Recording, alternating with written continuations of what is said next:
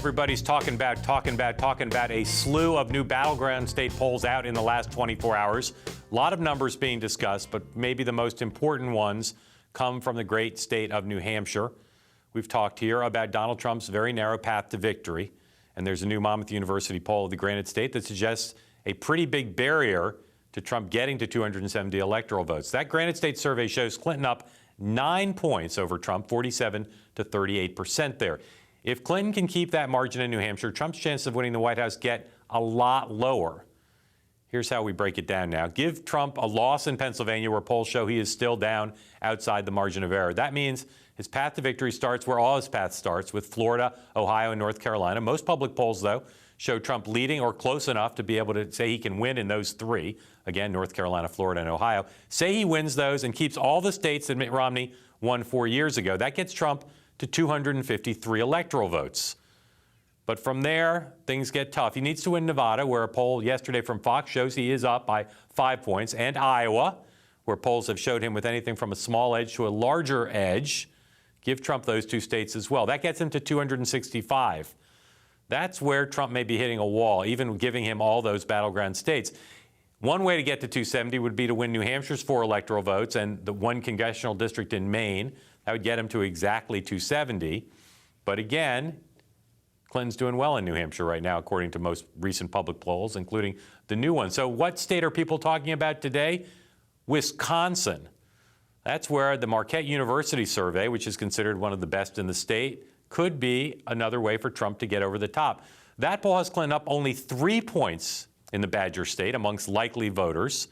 It's a state that President Obama won by almost 7 points when he was winning re-election. If Trump, though, could somehow pull off the upset in Wisconsin, that would give him 10 more electoral votes. That'd be more than enough to win.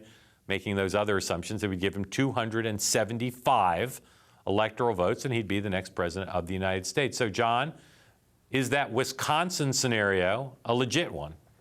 Well, it's legit. I mean, it could happen. Stranger things have happened, but Wisconsin is a pretty, I mean, we know there are Republicans in Wisconsin. It's not a straight blue state, but at the presidential level, it's been blue for quite a long time. It got to be a pretty big push. Plus, you remember, Mark, in the Wisconsin Republican primary, that was a place where Ted Cruz won because most of the Republican establishment was anti-Trump. So I would, if I were Donald Trump and I was the only way I could get to 270 electoral votes was by winning Wisconsin and doing all the other things you said he had to do to make winning Wisconsin be the clincher, I would not be ready to give up entirely yet, but I would think I was probably in some pretty serious trouble. Yep. A couple other polls out today shows Virginia closer, but Clinton still with a decent lead, but Colorado very close. So Colorado's another place that could sub in. Again, it all starts with the Romney states, including North Carolina, Ohio, and Florida, and Iowa, and after that, and Nevada. But after that, again, Trump can be playing in the New Hampshire-Maine combination, in the Colorado combination, in the Wisconsin combination, or the Pennsylvania combination. But to say again, those are all right now states where you'd bet on Clinton. So yes, right. he's getting to the point where he's tantalizingly close for Donald Trump to be at 270, but it's still not clear how to identify his leading path to 270. Yeah, but look, I mean, just to say the obvious thing, it's getting tantalizingly close to him having a path. But that path still involves him winning those 3 states, Ohio, North Carolina, and Florida. At least in 2 of those states, North Carolina and Florida, he's not even ahead. I mean, those are tied. They're basically toss-up states right now. He seems a little ahead in Ohio, but he's still got to run the table. It's still really tough no matter what you say. That's why I keep saying he needs a national push or he's not going to be able to do it. Right. But he could get a national push as early as Monday.